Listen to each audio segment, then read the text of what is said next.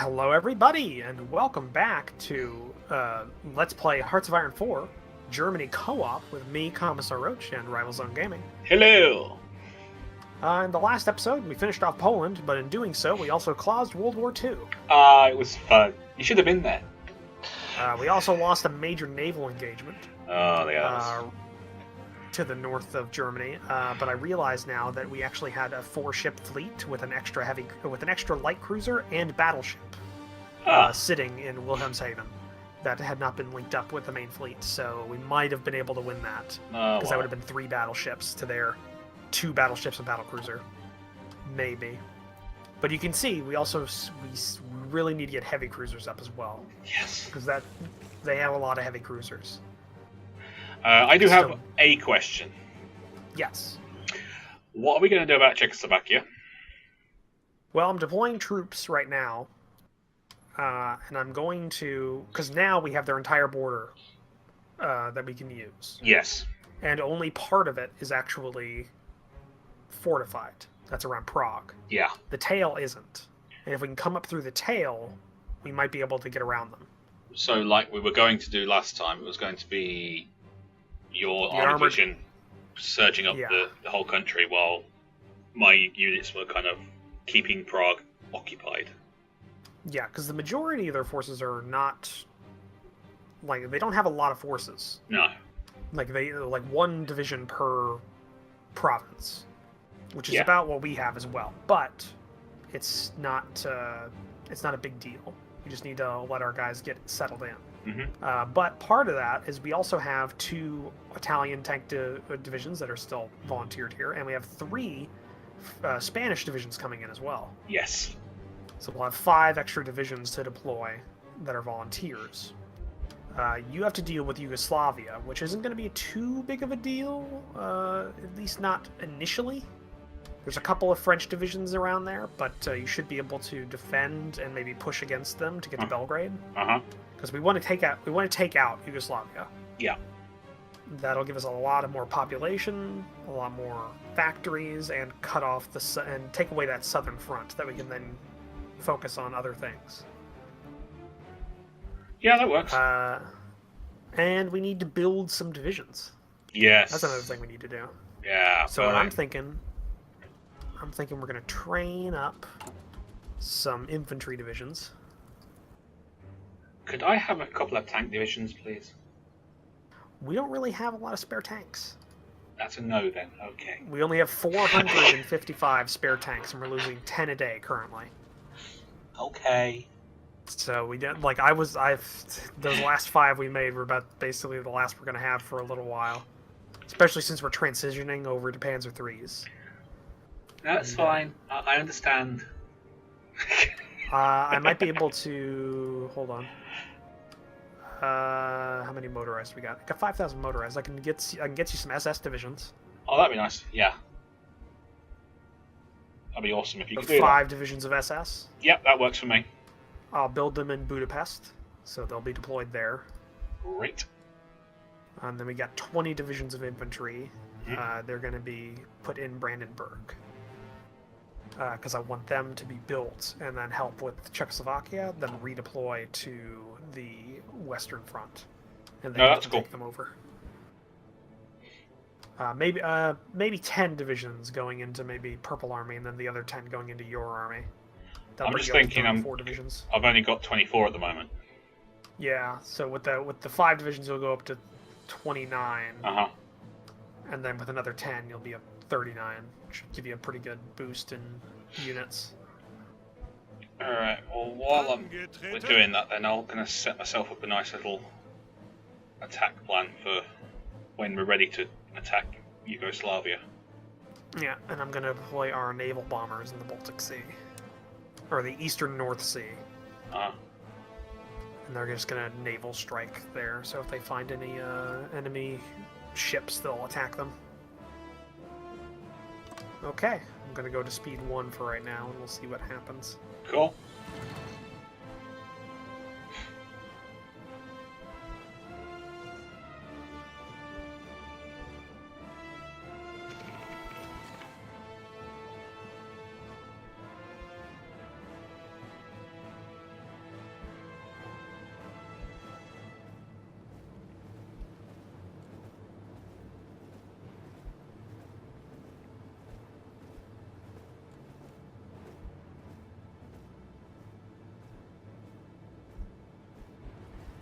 Okay.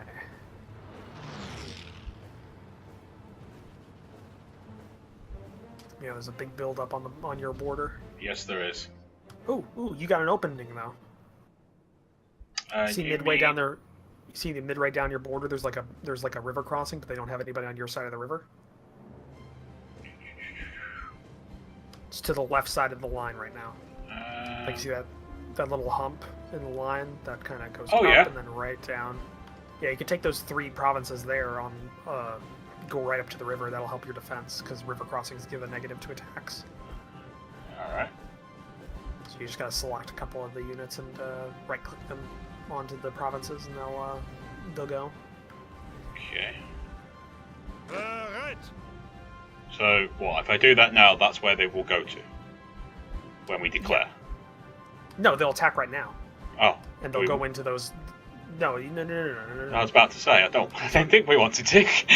It's not an attack on the whole thing. It's just you're just taking these provinces. Right. Because remember, you can select individual divisions. Yeah. So you got there's that one division that's the furthest away from the river right now, Mm-hmm. right on the tip of this thing. Yeah. Click him. Click so you've him. only selected him. Yeah, you've clicked him. You've only selected him. Yeah. Right click onto the province right in front of him. And there he goes. He'll take that province. Oh, right. So the river is their border at the moment. Well, I mean, it's not. Technically, the border's where you're at, but you can make it where the line ends up, and they have to attack over the river. Ah. To take you. That's what you want, because the river crossing is a negative to them, and right now that's a weak point in your line. Because they can get over the other side, then they take that river crossing already, then they have a better chance of hitting Graz. Right. Or getting around your other side, where the river crossing does matter. So you want to mitigate that. And then there's another province right to the left of the one you're taking with that guy. Yeah. You could select the 3-stack that's right there, and then select one of the units in that 3-stack, and move him to the other one. And there you go. Cool. And you'll watch them try and take it. And this is that way. You've got a solid defense. Cool. Well, I've got an offensive line going for Sarajevo and Belgrade. Yeah, I see it.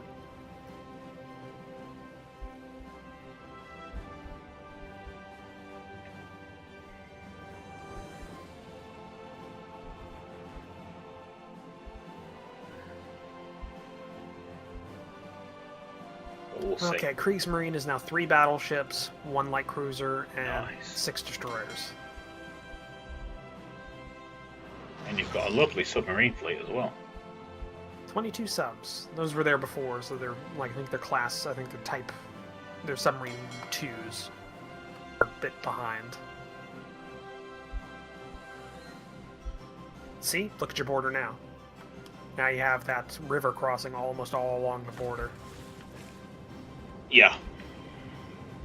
See what I'm saying? Yeah. Yeah, you want to maximize your... if you're defending, you want to maximize that defense. Gotcha. Even though technically that's inside their borders. Yeah. Because we're already at war, so it doesn't matter. If they weren't garrisoning it, then Tough. it's just free territory. You're not going to garrison it. Tough.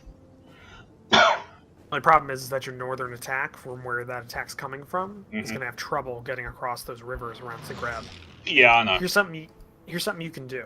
Yeah. If you press Alt, Mm-hmm. you'll see highlighted green provinces going down your attack arrow. Yeah. You can click that and drag it. Oh, so you can tell it where you want to go.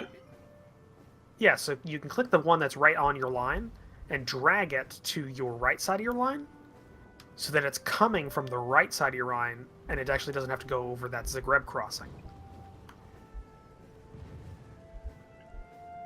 Like that. Yeah, and look, now instead of attacking from the left side first and then pushing all the way down there, it's attacking across the line more and attacking in the right side earlier. Yeah. So now it's more of an even thing. And you can do that for the entire arrow line. If you want to move, if the arrow likes making a weird jockeying to the side or something like that, you can move it and edit it like that. Oh, right, like it was before when we were going against Poland. It did that kind of elbow right kind of joint thing. You could have adjusted it if you wanted to. Yeah. Ah, cool. All right, so the right side of the line is driving for Belgrave, and the left side kind of clears up as it goes down. It's just generally attacking. Yeah. It's probably not going to have a lot of success because there's a lot of French and British divisions in that area. Oh yes, I did notice that. But if you can knock them out on the right side of the line and get to Belgrade, that'd be best. But I might be attacking Czechoslovakia earlier than that, and maybe I'll be able to provide the armored units for you. That'd be nice to help you. If you can. It'd be great if we can make an attack across that river with just the armored units. Yeah. Around Zagreb and then to the coastline and cut off that entire foreign division. Yeah, if we foreign can army. kind of cut off just north of the port, Zara naval base, then that whole bunch is just completely cut off and left alone, aren't they? Yeah. Though it looks like they're trying to reinforce Czechoslovakia, so I'm going to attack now. Okay. Have fun. I will. Let's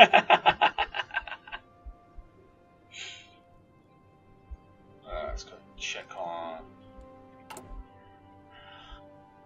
RSS divisions.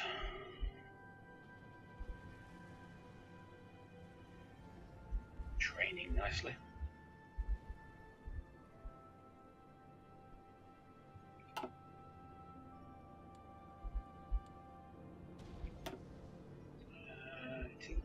May. 3 days until we get our Spain reinforcements. Yeah, I don't know where they're going to go, but hopefully they can do well. Well, they appear at 1 in the morning, apparently. Yep, they'll get here in a port 1 in the morning.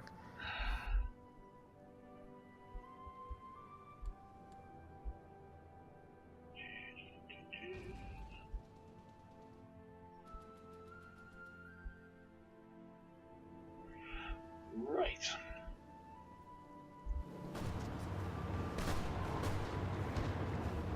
Well, Czechoslovakia's not having the best of it.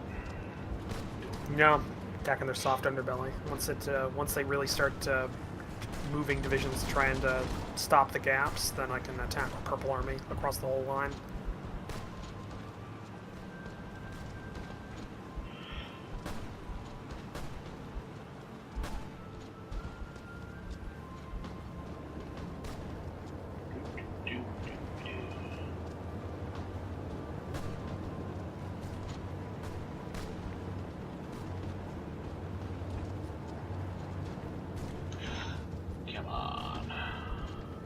Give up. Quit.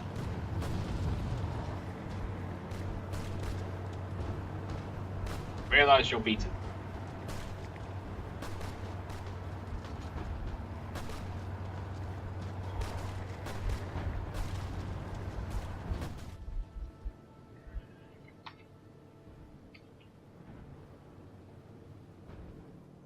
They are really bunching on that left flank of Yugoslavia. Yeah.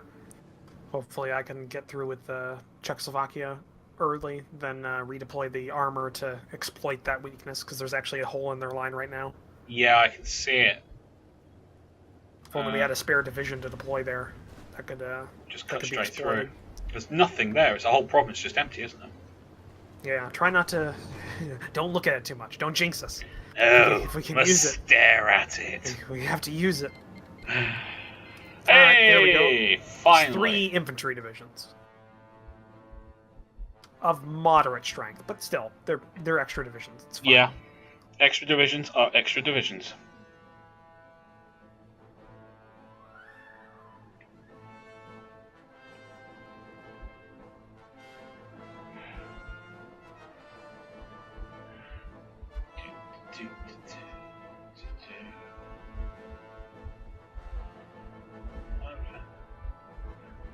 German Eastern Theatre. Theatre is having problems in 5 offensive combat out of 8 total.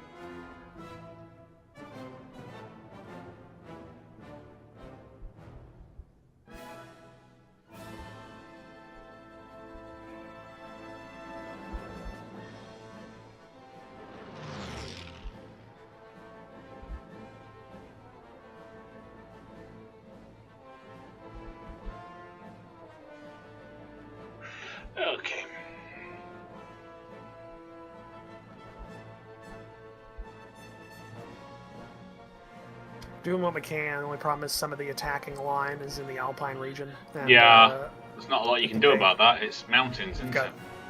They've got 90 division. They got 90 aircraft deployed there, so it's making it hard. There's only so much you can do, but that, and they've got a lot of. There's a lot of allied units deployed there for aircraft. Yeah, I've got French. Auster gladiators deployed there. those biplanes that took down, I think, the Bismarck? No, that was swordfish bombers. Yes, it was swordfish because it was torpedo bombers. Yeah. I know my history. I know. What does a yellow marker mean? I know green means we're winning, red means we're losing. What's a yellow one mean? Does that mean it kind of like in the... Undecided. Undecided. So there's a couple of battles where anyone could win. It just, it kind of just, it's up to the roll of the dice, because there is randomization at certain things. Oh, really? Yeah, like, there'll be like a roll of dice every section of combat, and then that has the potential of winning or giving you a positive or a negative. Fair enough. Like, it usually applies with, like, the tactics that a unit uses. Like, right now, Rommel's using Breakthrough, while the enemy's using Ambush, which is not good against Breakthrough. So we're getting a bonus to our attack in one of these attacks. I want to come and reinforce you, but I don't think we really can afford it, can we? Not really. Though we're making all right progress. We've almost cut the country in half, which will help us out a bit.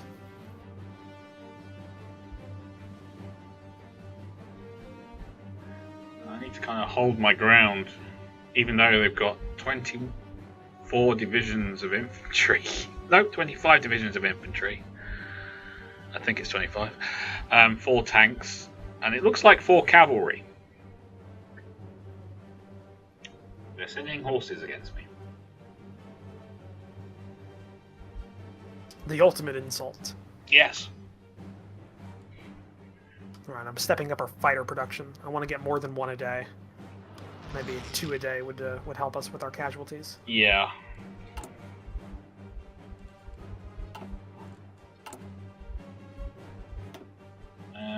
Innovations is what? 24 days left.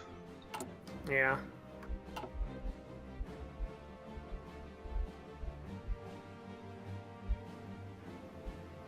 Ooh.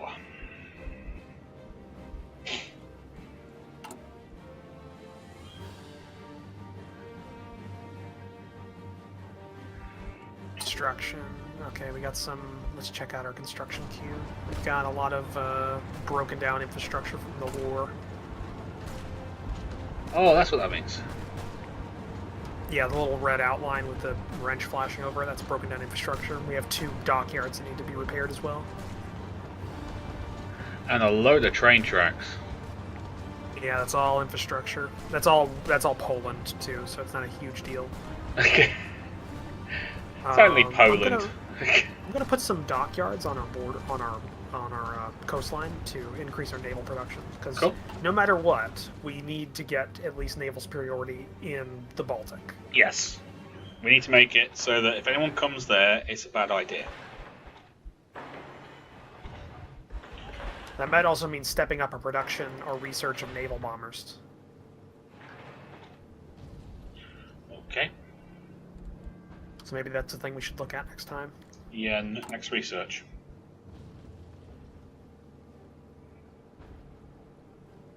Okay, that's our entire coastline with dockyards being made.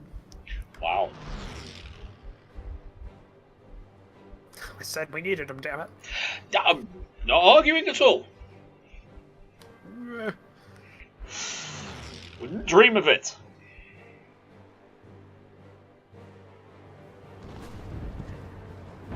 Come on, you can... almost breached a couple of these fights. Yeah, I'm just looking at one of their forts. If they can just take that, then that's a fort taken over, isn't it? Yeah, and there's nothing behind it. So... It's straight shot to Borno. Yeah. Or to Brno. I don't... However Czech. you say it's it. Czech. I don't know. It's Czech. I don't know. Yes! Breached. And we're about to take one of their airfields, I think. Yep, I'm pushing in. I'm going to try and go for the city. and that'll break up their defense line, I think, across the northern half. Yep. It'll open up something for Purple Army.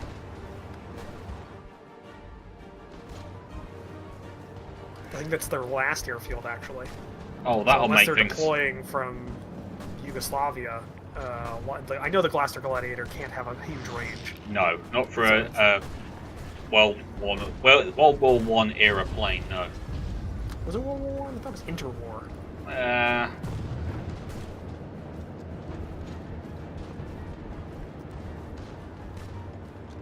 Fairly sure it was World War I, but I probably got it wrong anyway. You're the Brit here. I for some of this information. It's not like as we're growing up, we are fed World War I and World War II. Mate, you will remember this.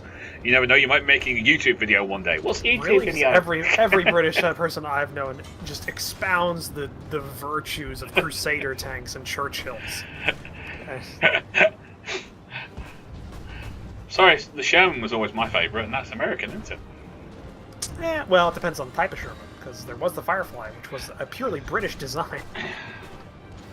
Okay, the original design was American. So are you saying yes? You like the Firefly instead of the actual Sherman? No, I like the Sherman. I'm American and I don't even like the Sherman. I like the Sherman. The Sherman was good. It did the job. A flaming death trap. Yes, it was a flaming death trap. But it was easy to produce in large numbers. The Shermans didn't like the Shermans. No, they really didn't like the Shermans. No, I'm seeing it with Russian. I'm seeing it with rose-tinted historical glasses and going, I like that tank. I always preferred the design principles of the German tanks. I like my German cats. I do like the Tiger. The Tiger was awesome. See, I like Panthers. I don't know. I think the Panther is just such a modern. It looks so modern. Like, yes. If you compare the Panther to the Leopard 1, it's like it's a direct cousin. Yes. Like which obviously because the people that worked on both of them. Like the people that made the Panzer also kind of worked on the Leopard. Yes. Yeah. What was his name? It's Otto. I don't know. Krutz? I have no idea. He was a German tank ace during the war. He wrote a book, Panzers in the Mud. All right. He was one of the only. He led a battalion. I don't know. He led a unit of one of the only active Jag Tigers in the war. Like towards the end, like he surrendered at the end of the war, but they actually had Jag Tigers that they worked in, and like his book, it's not a good book. Like, I mean, it's an interesting book, but it's not written to be interesting. It's a historical book. Like it's detailing accounts and stuff like that. It's very technical, but it talks about like we fired the main gun of the Jag Tiger, and it went clean through the Sherman that was firing through. But it also counted like the crews had no training. So like one of their engagements, it was against like a column of soft top American like deuce and a halves Shermans, but the Jag Tiger 2s were in an ambush position, but one of the commanders got scared and turned his tank around to run. So he didn't reverse; he turned it around to expose the back armor, and it got taken out. Well, of course it did. Rookie mistake, because the guy never commanded in combat before. So yeah, it's an interesting book, but that guy helped consult for the design of the Leopard 1. Well, the Leopard is meant to be like really, really easy to train on. Yeah, it's also meant to be. It's not meant to take shots. It's meant to dodge shots. Essentially, it's supposed to be quick, hard to hit. Because they essentially, the Germans went like, well, armor doesn't matter anymore. You can fire a 120 millimeter shell at Mach 7. It doesn't matter. Let's just put some tin on the thing and make it go really quick. And that's the Leopard 1. Nice. I'm a big military history buff. No, that's fine. It's entertaining and educational at the same time. I'm glad. For me and our viewers. Czechoslovakia, will you do us all a favour and just quit? We haven't even taken any of their major cities yet. I know, we've just got all these, like, look, we're taking all your countryside. How are you going to feed your people? Well, you're going after one province which would cut part of the country off. Trying. Mm-hmm. It's only defended by 2 divisions, but they're in hills, so it's a bit hard. And it's storming, so that's also making it a bit hard to carry out an attack. Yes, there is definitely some weather issues in this one.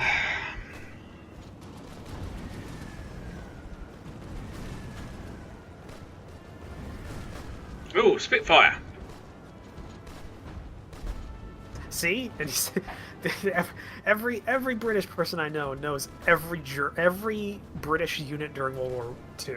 It's like it's the front by pure silhouette. You can call it a Spitfire and a Hawker Hurricane. Oh, do you want to know how they do it? No, how do they do that? Okay. Brainwashing? No. It's the wings. Alright.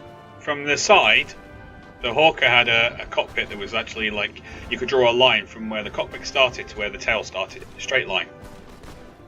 And the cockpit just slid along that. With the Spitfire, it was a bubble cockpit. And then when you're looking from the top, like we do here, the Spitfire has elliptical wings, whereas the Hawker had cut-offs right at the end. So what's your favorite, Hawker or Spitfire? Hawker. Hawker Hurricane. Actually, technically the Typhoon, but you know. That's the right answer, because that was the one that actually shot down the most German planes during the Blitz. Yep. Yep. The Spitfire was more of a morale plane. It was meant to go after but bombers. It wasn't designed to go after the fighters. It was designed to take out bombers.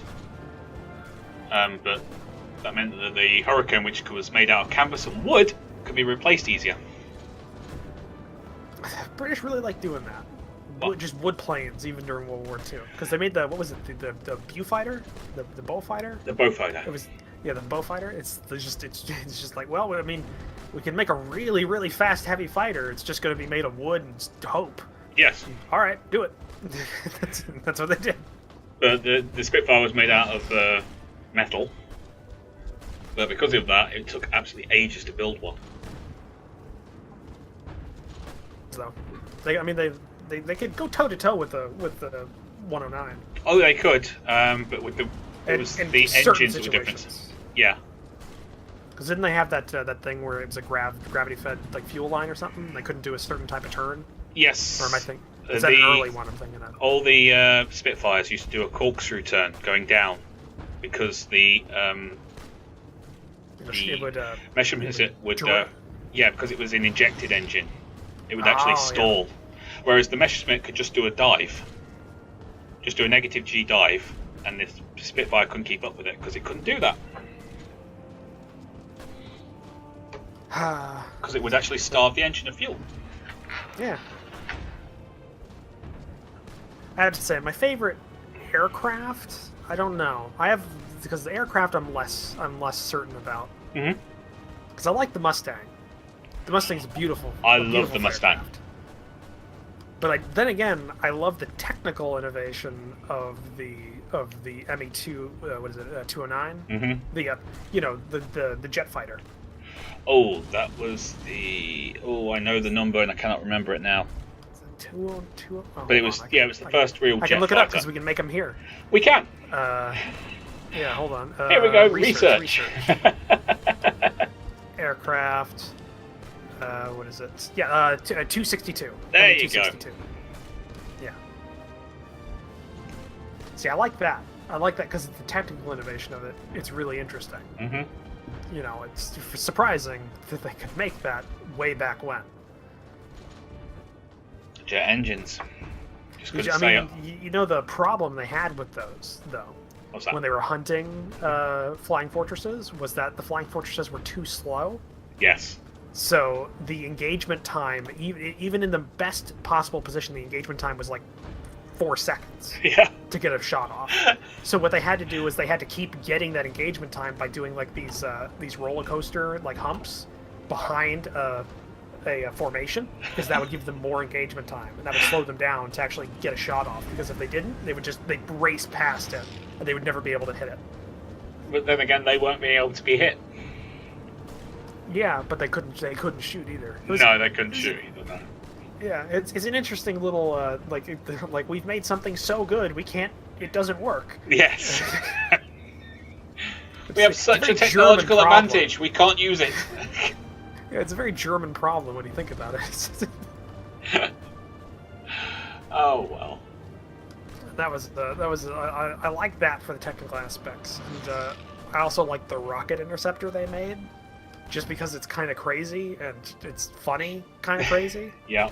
It was a fighter that didn't have a fueled engine. It was a solid rocket motor. What? Yeah, so it's one of the it was the only rocket-propelled fighter craft ever deployed in combat. But the reason they did it was it would be deployed in like groups. The plan was to deploy in groups around Germany, and they'd be able to go from stopped to start and engagement quicker than any other plane that they had to get up to altitude with the rocket motor, then use a glide and whatever power they had left to take a couple of passes at a bomber formation, then they glide back to the ground. And they deployed them. Like they had some. Right. And, yeah. And it was and after the rocket motor, it was completely unpowered because it didn't have any other engines or anything, and they glided it back to the ground. Okay. That's great. I love that. That's stupidly funny that was made. I just had a division that was sitting down here doing nothing on its own, just kind of standing next to the fight, so I just told it to go in against the division that was defending this bunker down here, so sorry. It's alright. It was there, it was doing nothing, I didn't like it, so I told it to get on with it. Okay. How dare you sit there and do nothing. And we are... Oh, we've got to be at time by now. We've got to be out of time by now. Yes, we're way over. Lot of banter, which is nice. A lot of banter, a lot of history lessons, people. This is what we do. This one is you. Me. Yes. So, thank you for joining us for this episode. I hope you enjoyed it. If you liked it, please leave a comment down below. So hit that like button if you really liked it. If you want to help support the channels, consider hitting that subscribe button. Help Rival get up to above 100, though by the time this comes out, I'm thinking he's going to be over that. We'll see. If you want to help support the channels as well, take a look at the description down below where there are links to the other person's perspective and channel. So on mine you'll see Rivals, and on Rivals you'll see mine, as well as on my video you'll see a link to my Discord server and my Patreon campaigns. Take a look at that. We will see you in the next episode. Bye. Bye bye.